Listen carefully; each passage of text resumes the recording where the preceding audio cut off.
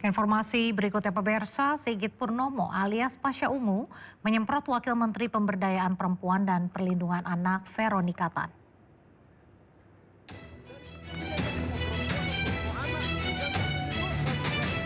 Anggota Komisi 8 DPR RI Sigit Purnomo alias Pasha Ungu berdebat dengan Wakil Menteri Pemberdayaan Perempuan dan Perlindungan Anak Veronika Tan. Perdebatan terjadi saat rapat kerja di gedung DPR RI Senin lalu. Pasha menyemprot Veronika karena kinerja Kementerian PPPA dinilai belum optimal. Sementara itu, Veronika meminta DPR memberi kesempatan kepada kementeriannya untuk bekerja. Yang dijelaskan oleh Ibu Wamen tadi itu sama juga dilakukan oleh Komnas Perempuan. Coba kita pahami sama-sama dulu deh. Definisi pemberdayaan perempuan ini apa sebenarnya? Pemberdayaan perempuan ini apa sebenarnya Bu Menteri? Mohon maaf dengan segala hormat, saya orang baru juga. Tapi bahasa Indonesia kita masih paham gitu loh. Dari tadi ini kita bicara perlindungan hukum, pendampingan hukum, advokat. Ini sebenarnya maka saya bilang ini Polres atau apa? Lo apa bedanya dengan Komnas Perempuan? Sama juga penegakan hak asasi manusia, penegakan hukum dan lain sebagainya. Yang saya tangkap ini pimpinan izin, yang namanya pemberdayaan perempuan ini kalau ada kelompok perempuan mau dia janda, mau lansia atau kelompok ibu rumah tangga yang kemudian pengen berusaha, kekurangan modal, tentu tidak Kemen P3A yang memberikan modal, tapi paling tidak ada koordinasi antar lembaga. Bahwa misalnya ke BUMN misalnya atau perbankan, itu langsung dilakukan oleh Kemen P3A. Di dapil kami Pak Menteri, Kemen P3A selalu menjadi pertanyaan Bu Wamen, mohon maaf. Bu Menteri bukan Pak Menteri. Iya. Selalu menjadi pertanyaan. Betul. Bu Wamen, Mohon maaf. Tahan dulu. Tahun ini kami dari kementerian kami juga sudah mengutarakan kita tidak mau berbicara di perlindungan saja. Kita mau bangun di pemberdayaan. Pimpinan, Makanya, kalau di luar negeri pimpinan. kasih kita kesempatan Pak. Kan kita juga baru Pak. Ibu Menteri dan Ibu Wamen ini masih baru Pak. Jadi kita masih perlu loading, kita masih perlu belajar bareng. Tapi kami mengapresiasi banget karena kami disupport sama Komisi 8. Kami senang sebenarnya. Izin. Tadi yang Ibu mau sampaikan tadi lanjutkan dulu. Ya, yang kedua. Makanya belum selesai Pak. Oh lanjutkan dulu itu, baru nanti yang lain. Perdebatan antara Pasha dan Veronika kemudian viral di media sosial dan mengundang ragam komentar warganet. Pemirsa, jumlah petugas haji perempuan tahun ini mencapai 33% dan menjadi yang terbanyak sepanjang sejarah penyelenggaraan ibadah haji. Kehadiran petugas haji perempuan diharapkan bisa memenuhi kebutuhan khusus jemaah perempuan dan lansia.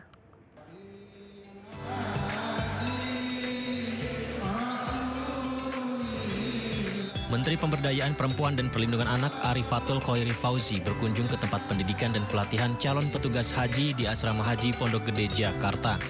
Menteri PPPA mengapresiasi rekor baru petugas haji perempuan yang mencapai 33% di penyelenggaraan haji 2026. Angka ini menjadi yang tertinggi sepanjang sejarah penyelenggaraan ibadah haji. Waktu itu saya nawarnya sih mintanya 50%, tapi nampaknya belum bisa dipenuhi karena kalau kita lihat jumlah jamaah haji perempuan sekarang kan ada di 55,4% gitu. Alhamdulillah.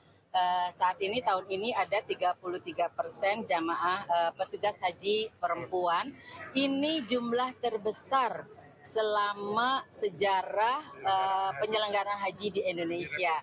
Jadi ini kebahagiaan luar biasa bagi saya khususnya sebagai Menteri Pemberdayaan Perempuan dan Perlindungan Anak.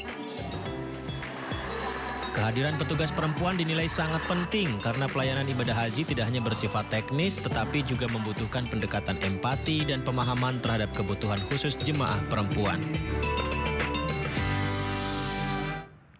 Sejumlah negara di Asia termasuk Asia Tenggara memperketat pengawasan kesehatan di pintu masuk internasional setelah India mengonfirmasi 2 kasus infeksi virus Nipah. Penyakit langka ini bersifat mematikan karena belum ada obat dan vaksinnya.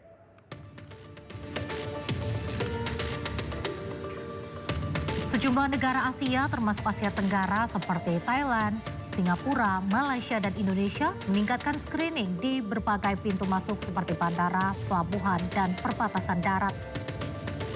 Seluruh pelaku perjalanan termasuk calon penumpang diwajibkan menjalani pemindaian suhu tubuh. Langkah ini diambil menyusul penemuan 2 kasus infeksi virus Nipah di India sehingga potensi pencegahan lintas negara bisa dicegah. Pemerintah India sendiri sejauh ini belum mengumumkan adanya penambahan kasus infeksi virus Nipah. Virus Nipah sendiri diketahui pemirsa belum ada obat dan juga vaksinnya dengan tingkat kematian yang cukup tinggi.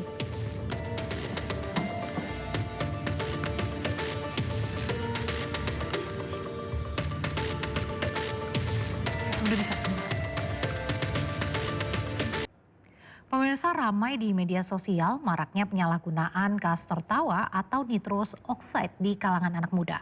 BNN dan BPOM RI mengingatkan gas tertawa picu ketergantungan dan berbahaya bagi kesehatan.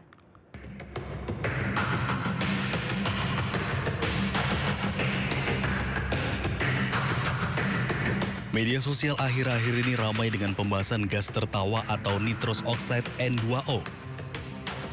Kepala Badan Narkotika Nasional Komjen Pol Suyudi Aryo Seto menjelaskan senyawa kimia itu sah digunakan dalam dunia medis dan industri. Namun efek euforia singkat yang dihasilkan kini justru disalahgunakan.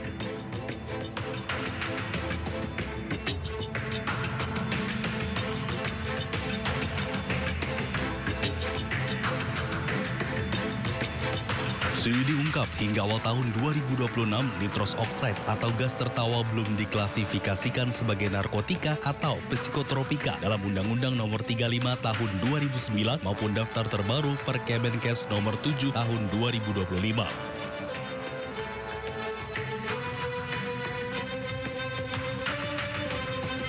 Dan meski tidak masuk UU Narkotika, tren global menunjukkan pengetatan regulasi terhadap zat ini karena meningkatnya kasus penyalahgunaan di kalangan remaja.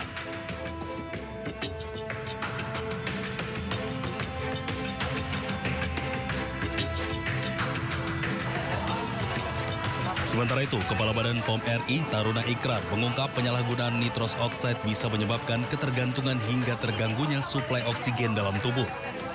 Menurut Ikrar, saat nitrous oxide masuk ke dalam tubuh, kadar oksigen bisa menurun dan memicu kondisi iskemia atau kekurangan oksigen pada jaringan. Sehingga timbul rasa sakit atau nyeri yang bisa berujung kematian. Whipping itu kan kandungannya adalah nitrate oxide, N2O. N2O ini memberikan efek bisa rileks dan seterusnya.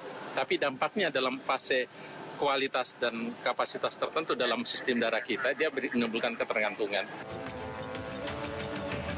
Terkait hal tersebut, rencananya BPOM akan memperkuat pengawasan dengan menggandeng berbagai pihak seperti BNN, kepolisian, serta Kementerian Kesehatan. Dari Jakarta, Tim Liputan iNews melaporkan.